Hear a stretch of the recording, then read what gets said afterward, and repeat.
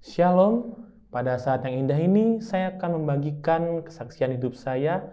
Saya akan menceritakan tentang bagaimana Tuhan menjaga saya sepanjang kegiatan klinik saya, kegiatan praktik saya ketika saya belajar untuk mengambil program kedokteran saya di Palembang. Pada saat ini saya akan bagikan pengalaman saya ketika saya berpraktik di sebuah tempat bernama Sekayu.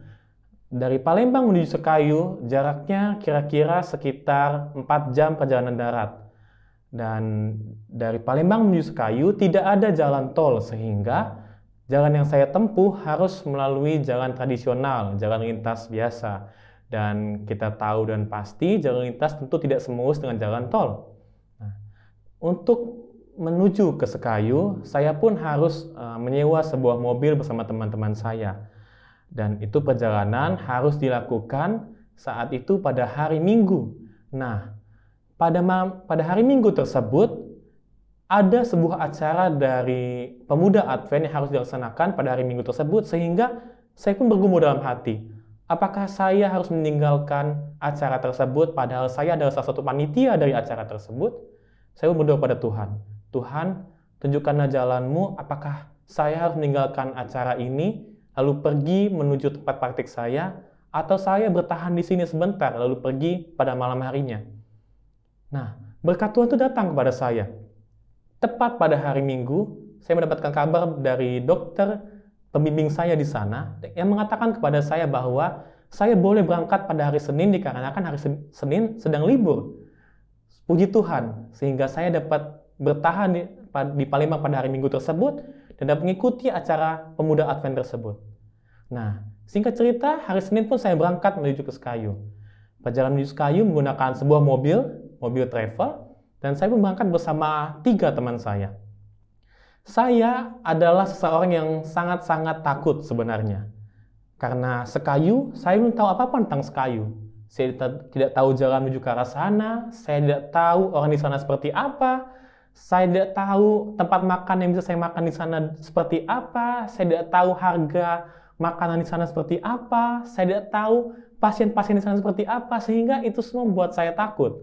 Itu semua membuat saya khawatir. Nah, kesalahan saya adalah ketika saya berangkat menuju Sekayu, saya sama sekali tidak berdoa. Saya tidak berdoa pada Tuhan. Saya tidak meminta kepada Tuhan agar menuntun saya sepanjang saya di Sekayu. Mungkin Tuhan ingin mengajarkan kepada saya bahwa pentingnya berdoa itu.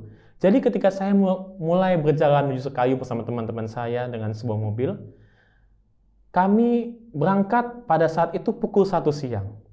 Perjalanan menuju Sekayu hanya 4 jam. Namun ketika di perjalanan saya tertidur dan bangun, itu sudah sekitar 3 jam perjalanan. Saya bangun dan ketika melihat maps, belum ada bahkan setengah perjalanan. Belum ada setengah perjalanan dari yang saya lalui, padahal sudah berlangsung 3 jam lebih perjalanan saat itu. Saya pun khawatir. Saya bertanya kepada supir, kenapa lama sekali di perjalanan? Lalu supir mengatakan, iya Pak, di depan ada sebuah kecelakaan. Di depan ada sebuah truk yang tidak dapat ngerem sehingga jatuh ke pinggir jalan di sebelah. Saya pun berpikir, apakah semua ini karena saya tidak berdoa? Oleh karena itu, ketika berhenti tersebut, saya pun menyempatkan diri, saya berdoa kepada Tuhan, ya Tuhan, maafkan saya tidak memulai semuanya dengan doa. Saya pun berdoa, meminta perlindungan sepanjang hari di Sekayu, di mana saya praktik, mulai dari perjalanan saya menuju Sekayu hingga saya pulang nanti. Singkat cerita, kami kembali berjalan menuju ke arah Sekayu, dan saya pun kembali tertidur.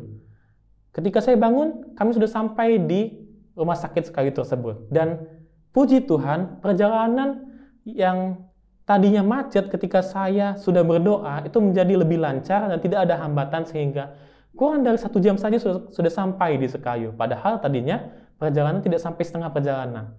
Mungkin memang Tuhan ingin mengajarkan kepada saya bahwa, oh, kamu harus berdoa Andrew, kamu harus berdoa supaya saya memberkati kamu sepanjang perjalanan.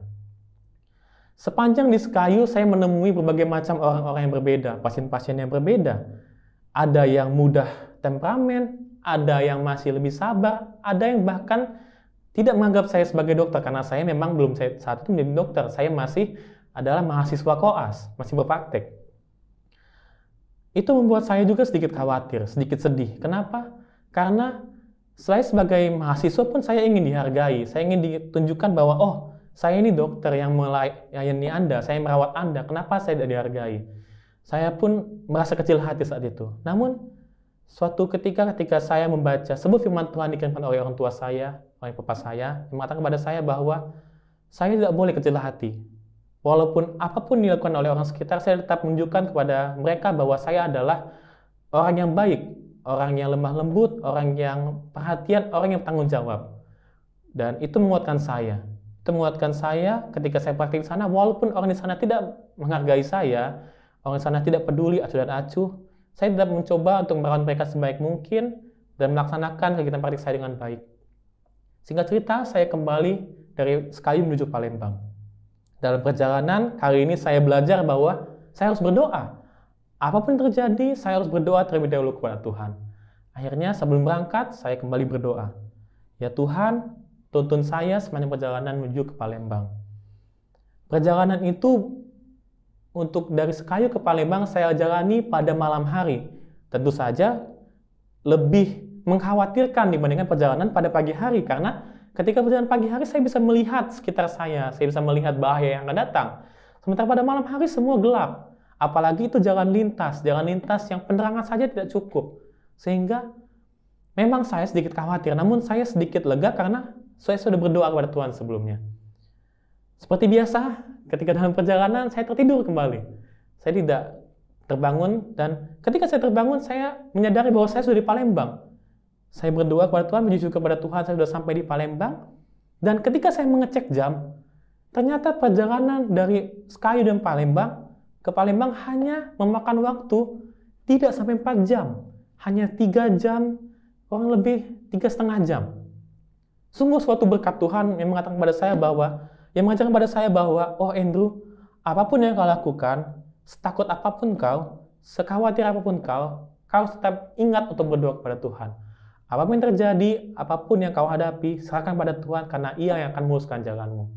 Mungkin itu yang bisa saya bagikan tentang kasih Tuhan kepada saya sepanjang perjalanan saya. Terima kasih, Tuhan berkati.